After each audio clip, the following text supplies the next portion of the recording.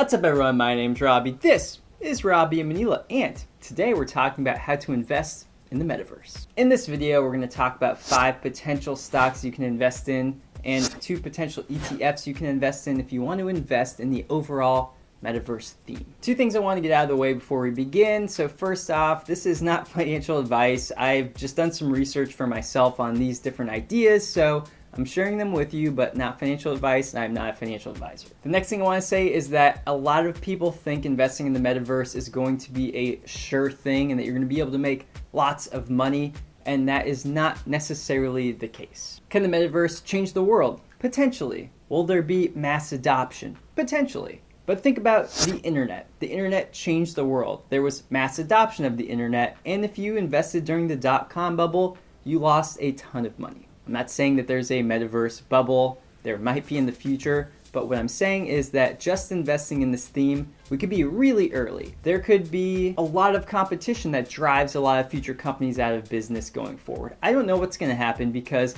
the metaverse is really probably 8 to 10, maybe even more years away from having to be a mass adopted thing. So what I'm saying is that I would never put a lot of my portfolio in these stocks or in these ideas. I would maybe carve out a small part of my portfolio to invest in this overall theme. Whew, okay, whew, that's a lot. So I think it's out of the way now. I think we're ready to go ahead and get started.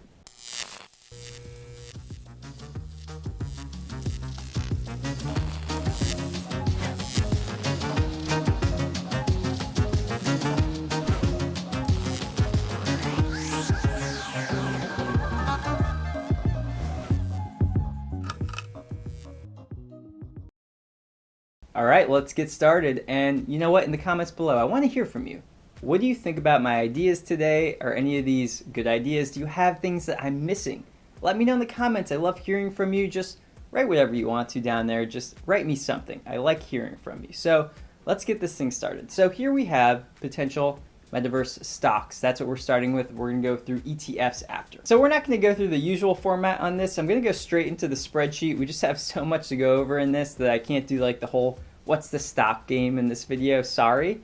But the first thing I have here is Adobe. So that's our first stock. What is Adobe? Well, I use Adobe on a daily basis probably. This video that I'm making right now, I edit it in Adobe Premiere Pro. I use Adobe Photoshop to make the thumbnail. I edit myself in Adobe Lightroom to make me look all nice and lighted and have great exposure and everything like that. Adobe Illustrator is what I use for vectors. So I use Adobe a lot. Adobe is going to be a potential way to create environments, create things inside the metaverse, basically. So Adobe is going to one day probably play some type of a part in the metaverse. I don't know how big it's going to be, but I think it's going to be directly connected to the metaverse somehow. So what's going on with Adobe? So it's got a PE of 54. It's got a high PE. Its average PE is around what it is now. So, okay, that's not too bad. The price to book is high. The price to sales are pretty high. They are high. Going down to the dividends, there's no dividends. Now, the first thing I want to do here is I want to compare Adobe to the next one, which is Nvidia. Now, Nvidia is another thing that I currently have on my computer. So my graphics card is Nvidia, right? So I have a Nvidia card in my computer. I have the GeForce GTX. So that's what I have in this thing. And it really helps me with editing and Premiere Pro and things like that. So it's a very important part of my computer, and I think it's going to be an important part of a lot of hardware in the metaverse. Okay, so let's compare Adobe and Nvidia. So as you can see, Nvidia's got a crazy PE ratio of 104%. It's got a 5-year average PE of 54. So it's twice of its 5-year average. The price to book is really high. The price to sales are really high. I mean, this thing is like, it's a very expensive stock, and the payout ratio, there is a payout ratio of 9.3% for a dividend, but the dividend yield's 0.05%, so it's pretty much like nothing. The next part of my spreadsheet is very important. It's about growth rates from the income statement, and I want to make sure I kind of tell you how this works and how I calculate this stuff. What I do is I take, over the past 5 years, I take multiple different time periods and see the growth rate of these different things. So I basically take 10 whole years of different medians and I average the median of those. So I try to basically get an average growth rate over 5 years by doing that. So I take basically revenue growth here. If we start off 23.48%, 21% for Nvidia, 23% gross profit, earnings per share growth 48.3%, 39.3% for Nvidia, so Adobe a bit higher. The next thing I want to talk about is why I think these stocks are probably not a good stock to buy right now because of their price. So let's take a look at their valuation. So I do still believe in the fact that the present value of a stock, the stock price, is the present value of future cash flow. So what we do is we do a discounted cash flow or a DCF to try to figure out what a stock should be worth. So if we take a look at Adobe, the price of Adobe right now is $662 a share. Now, let's take a look at the different inputs that we have. So first, I'm going with a 7 years of a growth stage, and then I'm going with 13 years of the terminal value. 15% is my growth rate for this first one. Now, you're going to say to me, Robbie, that's not high enough because if we look here at the cash flow statement, it's grown at 19.6% over 10 years and 32 and 35 over the 5-year and 1 year. So that's low. Okay. So let's say that that is low, and we're going to go over that next. A next example will show a better growth rate, basically. But if we only had a 15% growth rate, if Adobe kind of slowed down its growth, then we're looking at a stock price of $338. So basically, it's 95% more than it should be in that situation. So let's change it. And let's say that how do we get to a fair value, essentially? Where do we get to the point where the stock price is about the price of our discounted cash flow? Well, over 7 years, it would have to grow at 29% every year for 7 years and then have a terminal rate at 4% to get to that amount. And that might be possible because the stock has had times where it's been growing at 32%, 35%, but it's going to have to do better than its 10-year average, basically. And I don't really like that. I don't like trying to project higher than its 10-year average. I don't think that that would be a smart thing for me to do. So what I'm going to do is I'm going to go a little bit different here, and I'm going to say, well, what if we had a 20% growth rate? Still high in my opinion. I don't like going that high, but the growth rates here are pretty good. So for a 10-year growth rate, we have, almost 20%. So let's go 20%. How much should the stock be? Then it should be worth about $437, which makes it, still very much overvalued. Okay, so if we take a look at the chart, where is Adobe now and where should it be to kind of like visually see this? So Adobe, I have fair value as being maybe 430 to 450.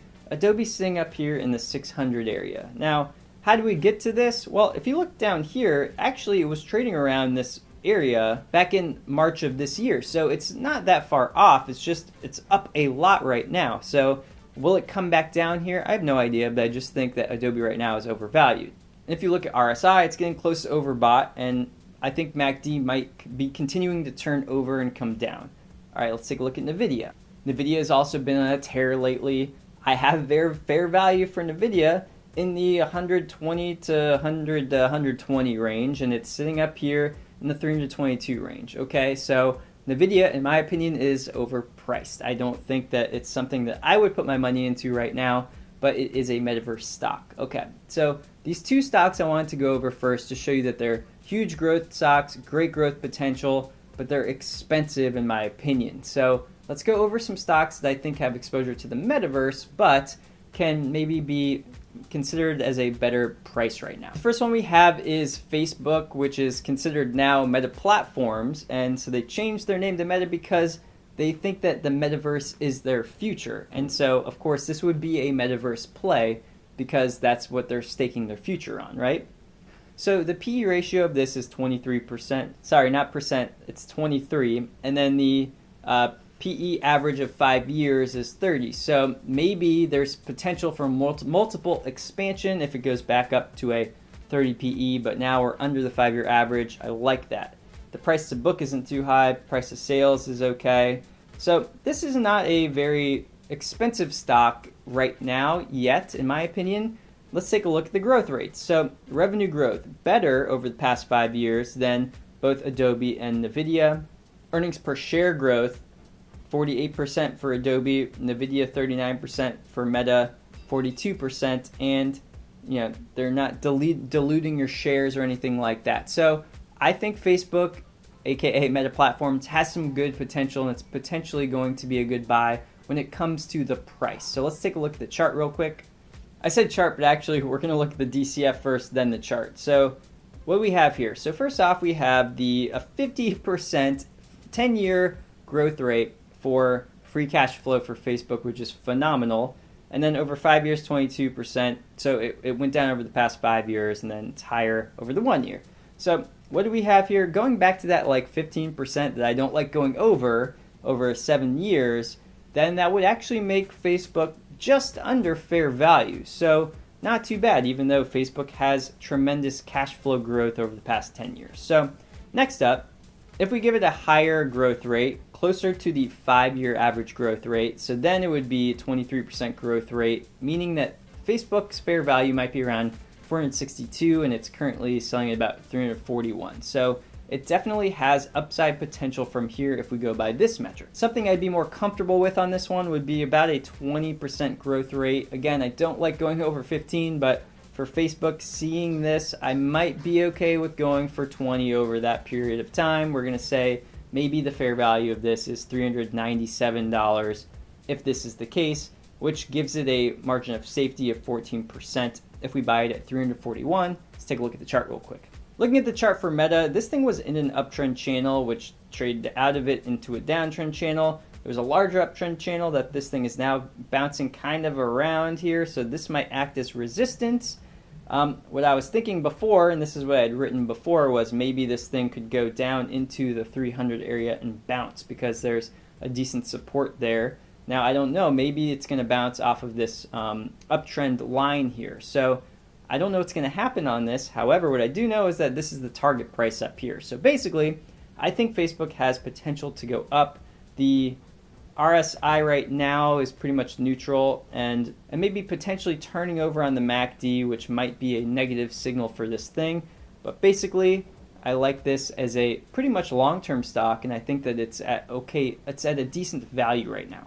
So let's go over the next two stocks I have. So we have two different stocks. One is Activision Blizzard and one is Skyworks. So Activision Blizzard makes video games, and so I think they're going to be a big part of what's going to happen within the metaverse. Gaming is going to be huge in it. So Activision Blizzard is, I think, the biggest gaming technology company right now. So then we have Skyworks. Skyworks is a different play. It's kind of a smaller company, and it's basically a play on the fact that in the metaverse, you're going to need basically wearables. So you might have wearables, however it is. So glasses, I don't know how exactly it's going to be in the future, but there might be sensors and things like that. But it probably will connect using Wi-Fi. And so this is a play on essentially the hardware that's going to connect whatever you're using, whatever console it is. So basically what's going on here is we have a PE ratio of 19, which it's way below its average 5-year PE. This one is around its 5-year average PE, so not bad. Price to book is not too bad on either of these. If we go down here, we take a look at what's going on with the dividends. So are they paying dividends? Yes, they pay a little bit of a dividend. So Activision Blizzard pretty much pays 0.6%, so that's like nothing. But Skyworks does pay 1.11%, not too bad of a dividend yield, and they have a 37.9% payout ratio. Let's take a look at the growth rate. So what's going on here? They're definitely not considered as high of growth companies as the other companies we've talked about, right? So basically, if we take Activision Blizzard at 5.18% revenue growth over the past 5 years is the median, and then Skyworks is just barely 1%, not even 1% in revenue growth. Take a look at the earnings per share growth. So Activision has grown on earnings per share. Skyworks has not. It's actually declined by about 1%. So basically, what you're saying is, okay, well, Activision's got a little bit of growth potential. It's been okay over the past few years. Skyworks, not so much. So these aren't huge growth stocks. What we're doing here is we're going to say, what can we look at valuation-wise with maybe some lower growth rates than what we used on the other ones? Because, of course, these stocks might not be huge growth stocks like Adobe and Nvidia. So what we do in Activision here, we have a fair value of $61. If it grew at a 8% growth rate, Now we see cash flow grew at 12.9%, so better than that 8% growth rate. So you might say, Robbie, it should be higher. Okay, so if it should be higher, and let's say we give it a 10% growth rate over the next 7 years, this is at fair value. So that's not bad. And then if we give it a 12%, which is its 10-year average growth rate, or actually a little bit more at 13%, but we'll go conservative with 12, then this thing could be worth about $75. Taking a look at Skyworks, Skyworks has had free cash flow growth of 22% over the past 10 years, 7.90 over 5 years. So if we give it a growth rate of 8% over the next 10 years, I changed the years on this one because this stock, I think, has a decent track record, and I think it's probably less volatile, hopefully, on the free cash flow growth. We'll see. Maybe I'm wrong, but that's what I'm using. So 120 this thing would be worth. So it's at 167. So that's not good. But if we give it a higher growth, let's say we give it a 13% growth rate, which is lower than the 10-year average, but higher than the 5-year average, then we're looking at fair value stock at about 171.